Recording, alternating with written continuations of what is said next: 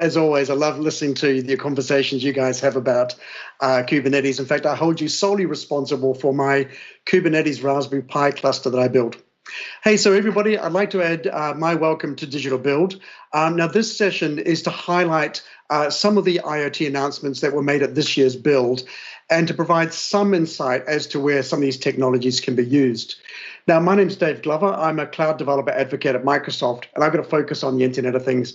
And that includes things like embedded development, communications, cloud, and AI.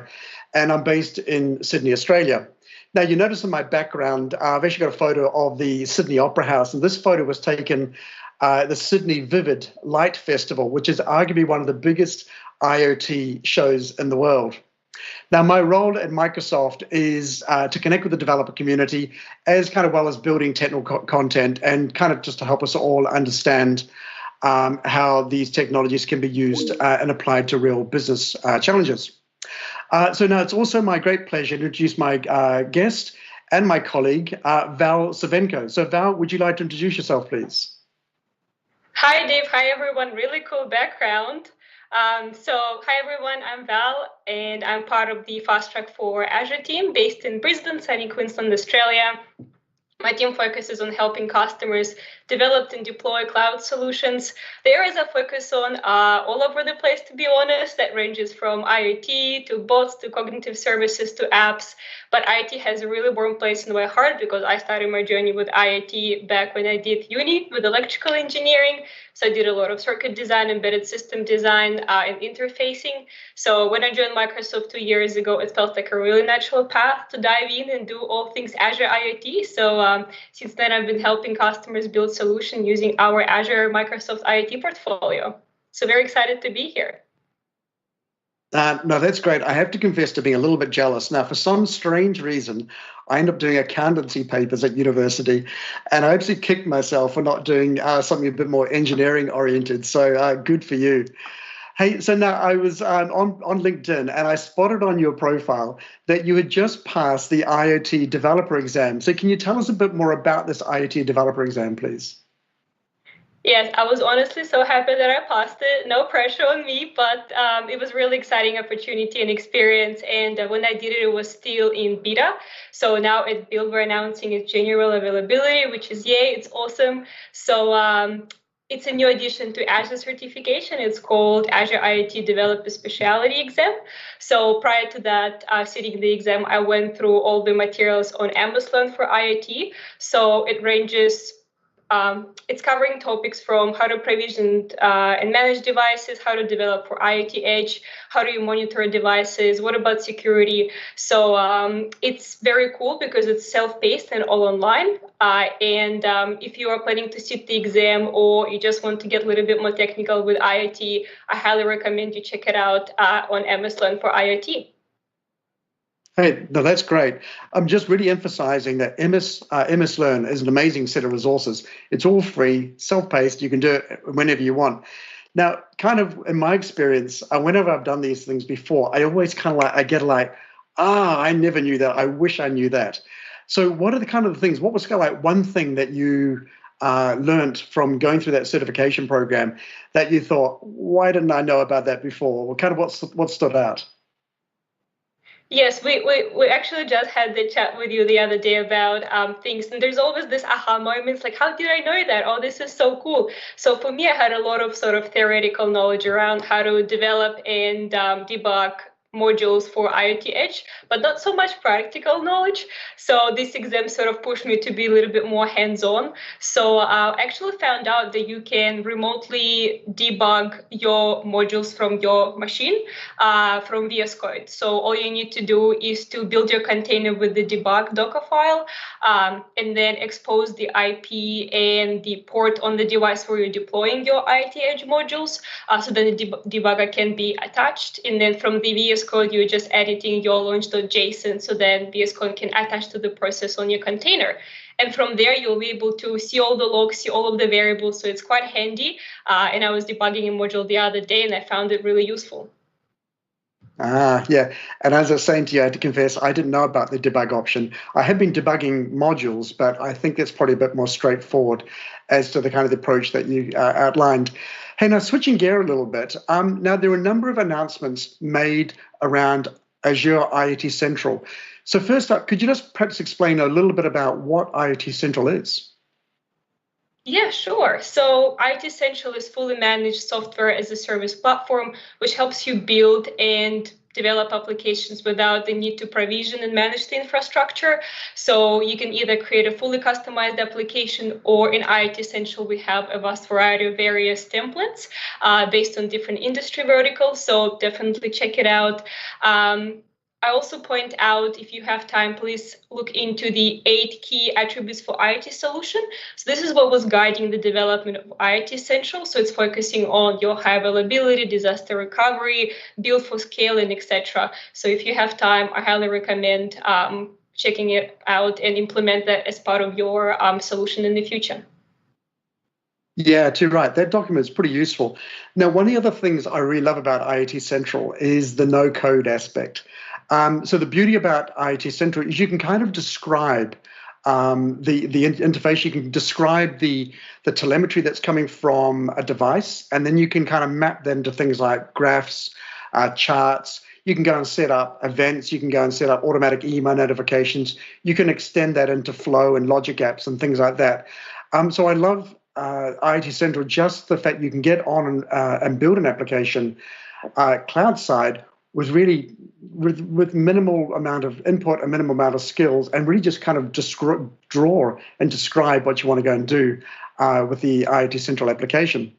So that's pretty neat. So IoT Central is a pretty useful platform. So there are a number of announcements that were also made for IoT Central. Perhaps you could just touch on those for a moment. Yeah, there's a few really cool things that are coming out at Build. So one of them is first-class support for IoT Edge as part of IoT Central. So if you're not familiar with IoT Edge, we will chat about it in a little bit. But it means that you can now deploy your modules, monitor all the logs that your modules are generating, as well as visualize the telemetry all from one place. So that would be your IoT Central.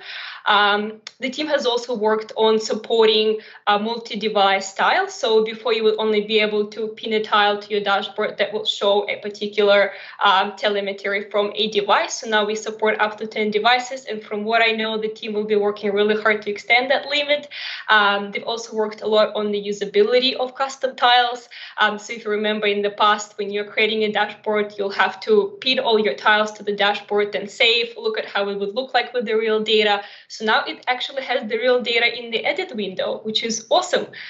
So I'm pretty excited to start playing with those features. And I've heard that there's a lot of really cool announcements coming for Azure Sphere as part of IoT Central. And I've been following your dev work for quite some time and the work that you've been doing as part of the Azure Sphere Learning Guide.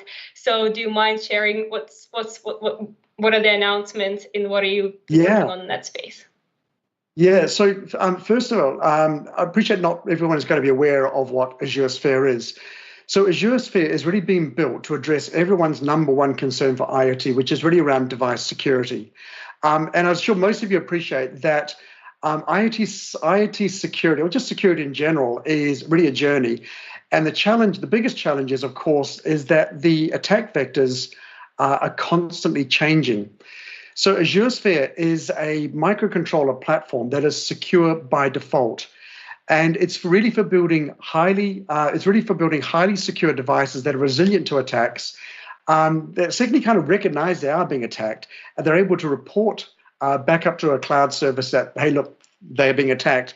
And then when you have that knowledge, then you know how to mitigate it. So then you can respond to it, and you can send down application updates or operating system updates and things like that. So that's kind of what Azure Sphere is. So think of it as these three components, and they are all responsible, working together to ensure that there is a highly secure platform for building applications, applications.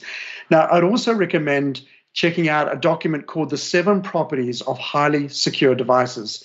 Read through that, and then you'll have an understanding what we're trying to mitigate and the approaches that we're trying to do, that we're implementing to mitigate against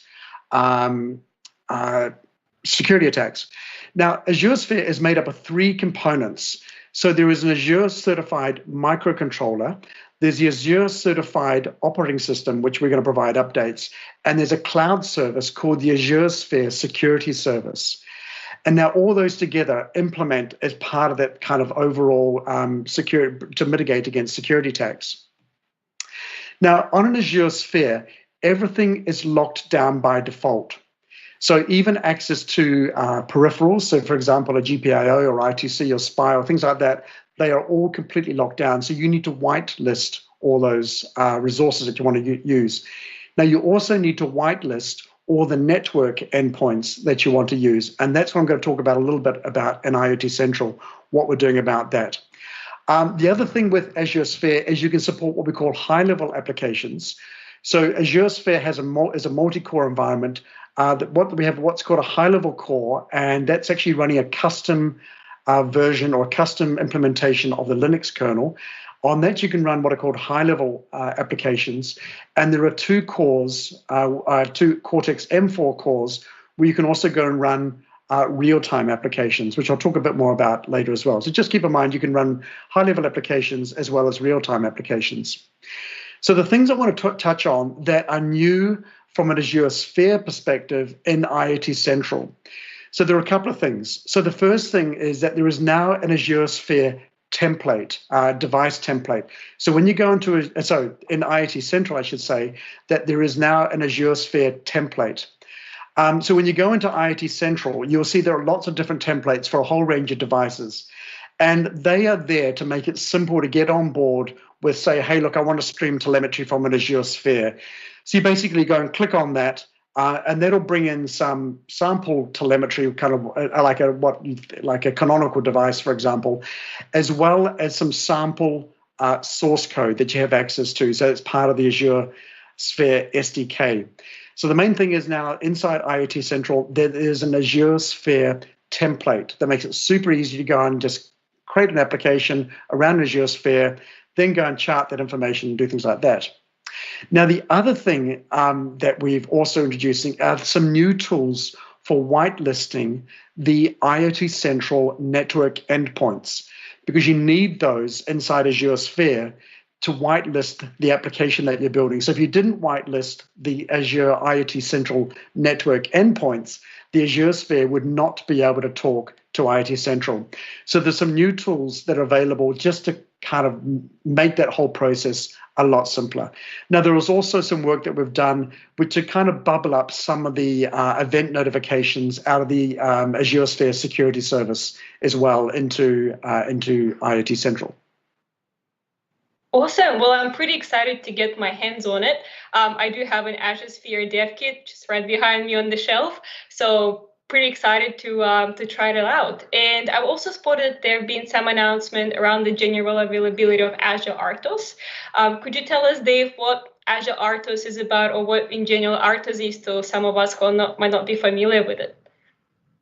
Yeah, sure, Val. Hey, so if you're not that familiar with an RTOS, first of all, it stands for Real-Time Operating System. And you typically find these, not exclusively, but a lot on microcontrollers. And the role of a real-time operating system is to provide real-time services to make it easier to go and build applications which are particularly timing sensitive.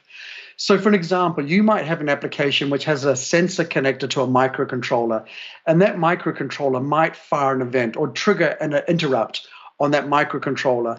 Now, that microcontroller would need to respond to that interrupt or be able to service that interrupt within a specified amount of time.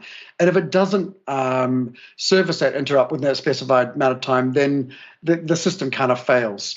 So that's kind of one of the roles of a real-time operating system, is to make sure that there are threads available to be able to go and service, critical pieces of code in the right amount of time. So just over a year ago, ThreadX joined the Azure IoT family and is now known as Azure RTOS ThreadX. And it provides application services such as real-time threads, thread interop, inter-thread communications, thread synchronization, queues, fat file system.